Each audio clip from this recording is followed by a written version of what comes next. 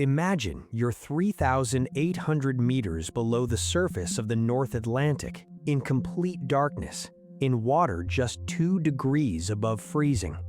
A pair of bright lights cuts through the black, and slowly a wall of rusted steel rises out of the silt in front of you, taller than a 6-story building.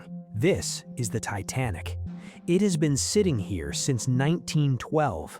And for over a century, most people have pictured it the same way, a giant, mostly intact ship resting peacefully on the sea floor, waiting to be explored. That picture is wrong. What's actually down there right now is disappearing, faster than anyone expected, and within a generation, it may not exist as a recognizable ship at all. People imagine the Titanic the way it looked in photographs from 1912, clean steel, intact decks, recognizable from the famous bow shot in every documentary. But the ship you'd see today looks almost nothing like that.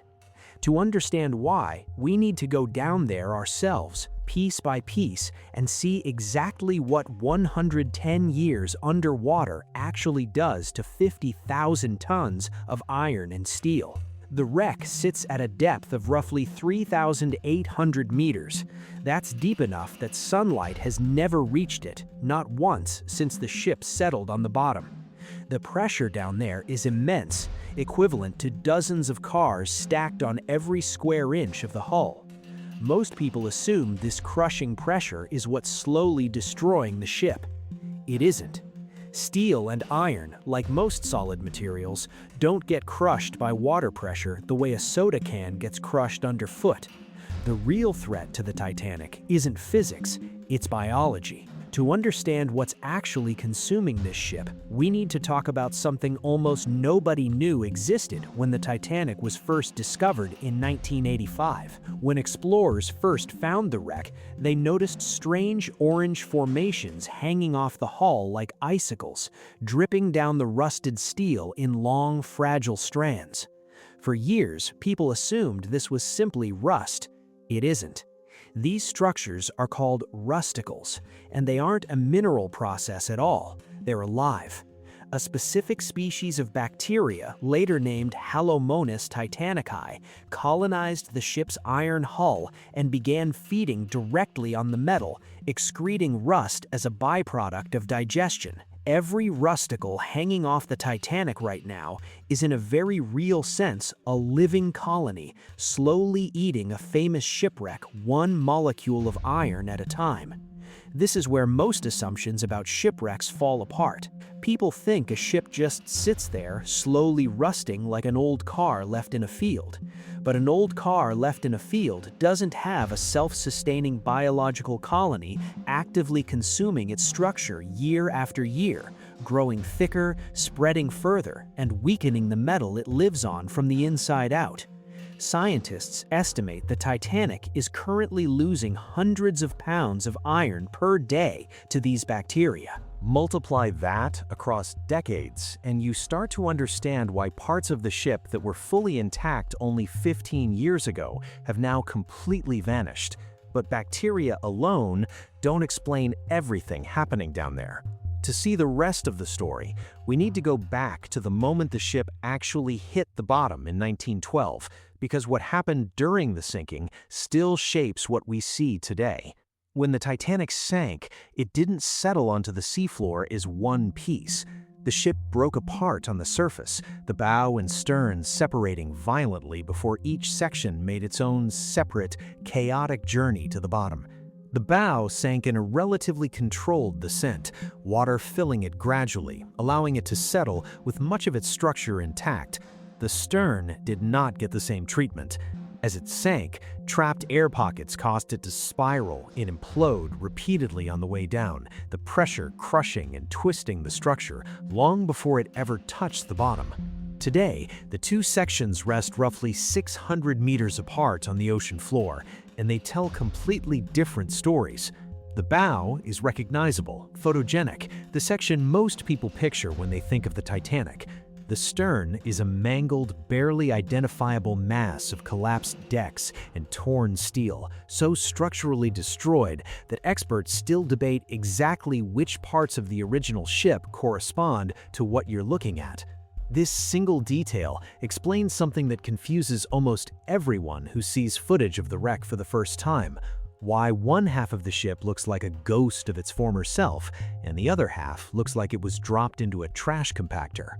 But even the more intact bow section isn't staying intact, and the most dramatic proof of that came from an expedition almost nobody outside the diving community paid attention to at the time. In 2019, a team of explorers made the first crewed dives to the wreck in over a decade, expecting to document a slow, gradual decline. What they found instead alarmed even seasoned Titanic researchers. Entire sections that had survived for over 100 years were now gone. The captain's bathtub, one of the most photographed and recognizable features of the wreck for decades, had completely collapsed and vanished. An entire deck on the starboard side was actively caving in, pulling staterooms down with it as it went.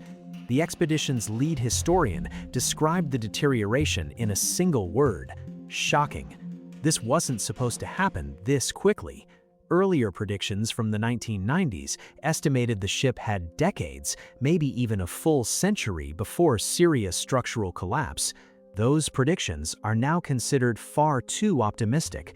Current estimates from researchers who study the site suggest the wreck could lose recognizable structural integrity within the next 2 to 3 decades, meaning a ship that survived war, ocean storms, and over 100 years of isolation may functionally disappear within the lifetime of people watching this video. So if the ship is vanishing, why hasn't anyone tried to slow it down, preserve it, or stop the decay? The answer reveals just how dangerous and inaccessible this site is, and it explains one of the most disturbing modern chapters in the Titanic story. For most of its history since discovery, visiting the Titanic required either a research-grade vessel costing millions of dollars, or one of a tiny handful of private companies willing to take paying passengers to a depth few human-rated vehicles can survive.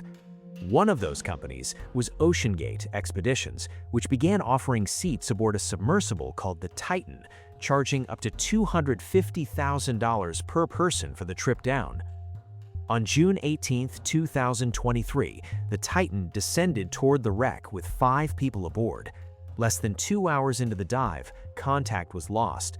After a 4-day international search effort, debris was discovered, scattered across the seafloor roughly 500 meters from the Titanic's bow.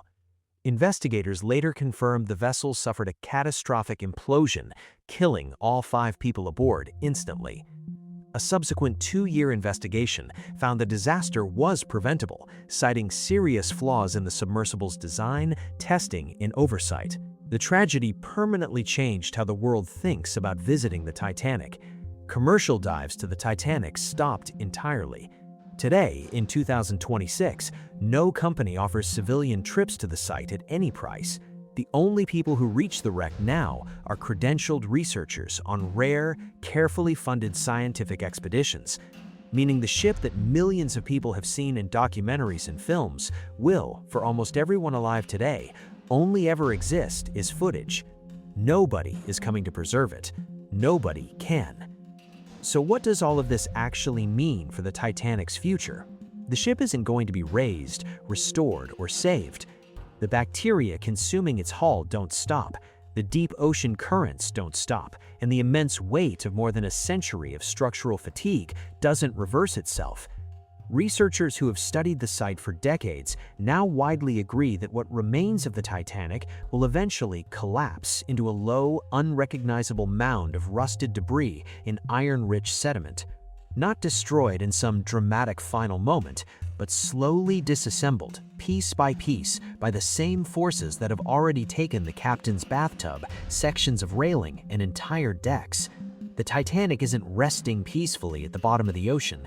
It's actively dying in real time on a timeline measured in years rather than centuries, and the very last clear photographs of it as a recognizable ship may already have been taken.